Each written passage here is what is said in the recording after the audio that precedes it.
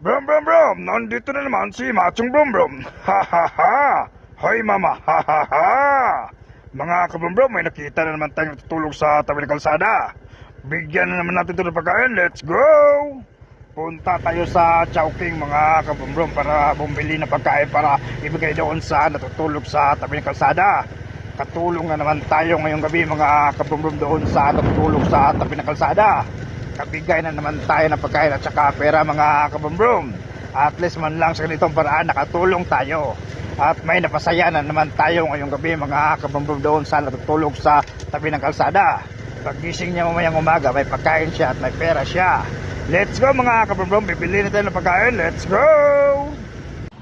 Dito na tayo sa may Chowking mga kabrumbrum. Bibili na tayo ng pagkain para ibigay doon sa natutulog sa tabi ng kalsada.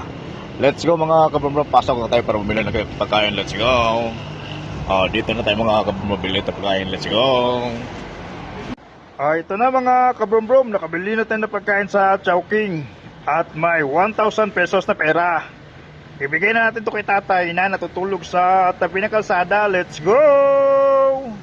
Let's go mga kabrumbrum, yatay natin ng pagkain doon sa natutulog sa tabi ng kalsada. Katulong na naman tayo ngayong gabi mga kabrumbrum doon sa natutulog sa tabi ng kalsada. Kabigay na naman tayo ng pagkain at saka pera mga kabrumbrum.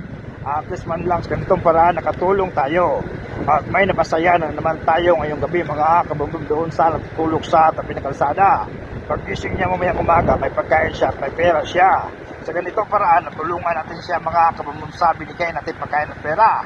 At least man lang may napasaya na naman tayo ngayong gabi mga kabrumbrum. Let's go mga kabrumbrum, iyatin natin itong pagkain ng pera. Let's go! Nandun sa tatay mga kabrumbrum, lapitan natin para ibigay itong pagkain Chowking at saka 1,000 pesos na pera. Let's go, lapitan natin. Nandito siya mga kabrumbrum.